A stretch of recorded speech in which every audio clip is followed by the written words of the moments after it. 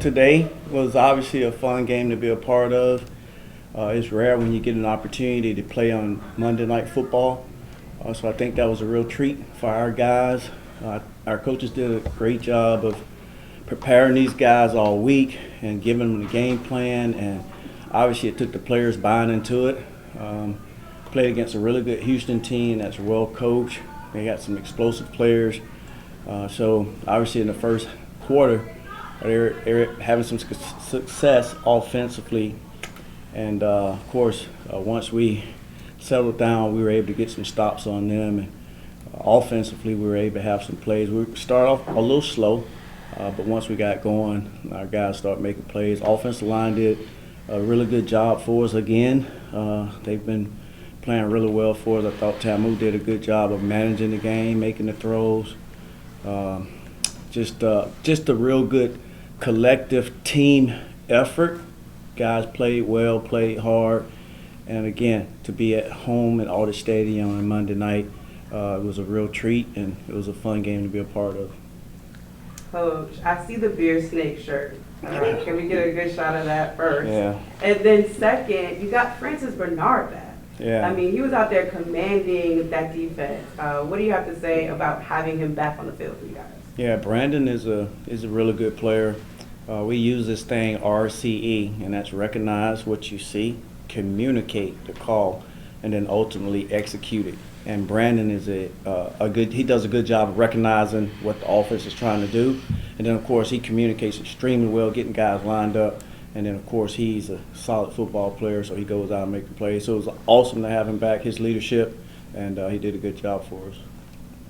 Coach, how you doing? Good. Question for you. As a coach, how do you feed off the fans here in DC? The energy here is just off the charts. How do you guys feed off of that? Yeah, our fans, it's a real blessing, I tell you that. Now, I'm humble that we have an opportunity to coach in this arena. It's a beautiful arena. You can tell these fans are passionate about not just football, but DC fans are passionate about all their sports. Mm-hmm. And it's awesome to come here, and for 2 hours or so, they get an opportunity to just have a good time, be free, holler and scream. Of course, our guys are giving them stuff to scream about. Of course, they are enjoying themselves, and we really do feed off it. Our players feed off it, and being down in the ground level, it's far louder than you could imagine. And they do a good job. They know when to cheer. They know when to boo, right? Yeah. So we can always appreciate that. But it's a great atmosphere, and we enjoy playing here in it. And then my second one, I'm up from watching you on TV, the guys throwing lemons. What's a message to Defenders fans in DC that should get here and watch you guys, because you really got to be here to feel this type of energy?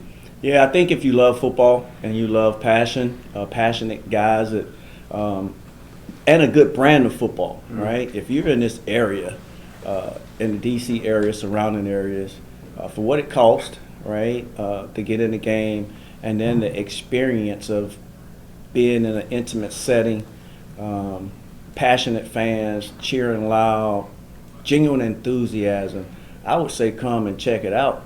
I would really recommend more people come and just experience it, because it's a wonderful thing. Like I said, it's a good product, good football. We got coaches that have lots of experience. Many of these players have played in the NFL. Many of them deserve to be in the NFL. So, yeah, come out and watch some football, and I bet if you come one time, you'll come back again. Coach Ashley Baker, Fox Sports. I talked to Jordan about the word undefeated for the season. Congratulations on 6-0. He talked about how you do a good job of keeping the guys grounded. So tell me, what's that like from you? How exactly do you do that? Well, I start all our meetings off with Tim McGraw, humble and kind, and said that. we don't look. We tell them to be where your feet are, right? And right now we are this and right, and the rest of that stuff will take care of itself.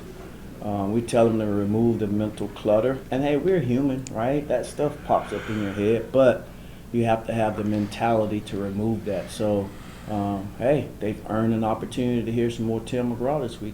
Humble and kind. We'll be playing a lot of it. Love it. So I have a question about the goal line strategy.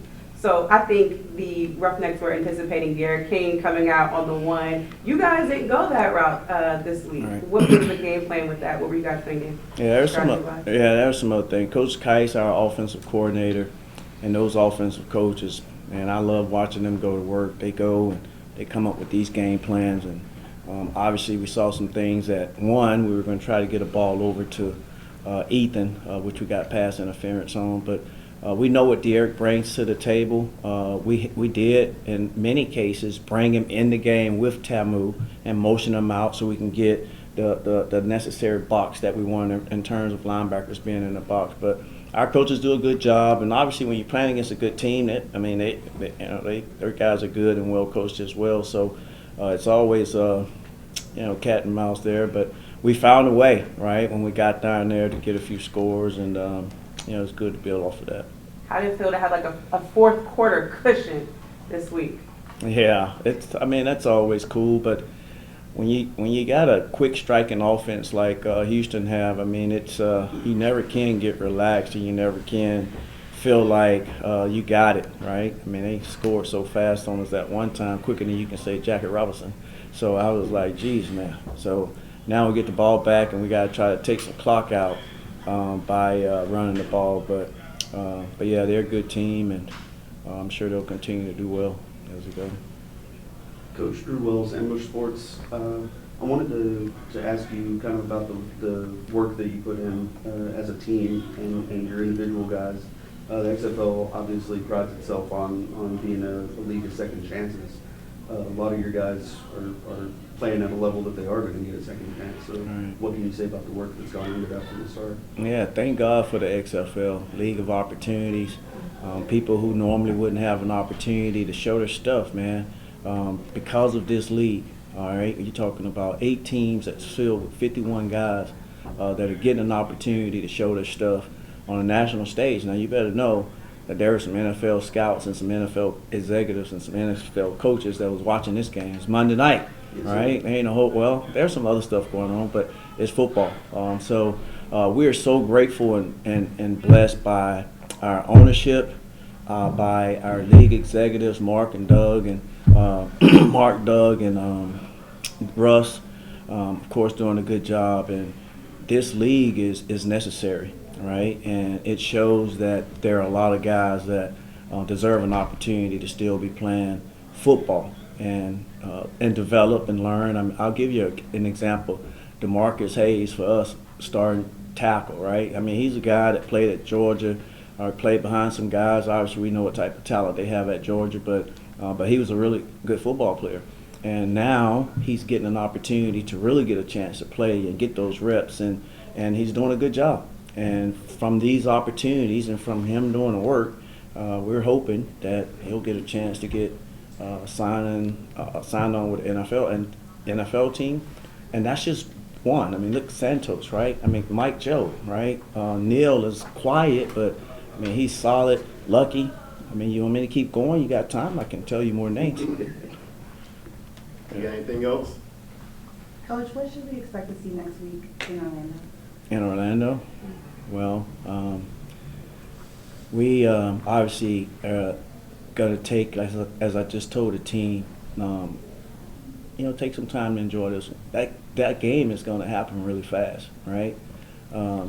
So we'll take a little time to enjoy this one, all right? Make sure that we take care of our guys from a practice standpoint, get them back. We don't have a long week to practice, so we're going to have to curtail that a little bit, not go as long, not go in shoulder pads. We'll be in helmets.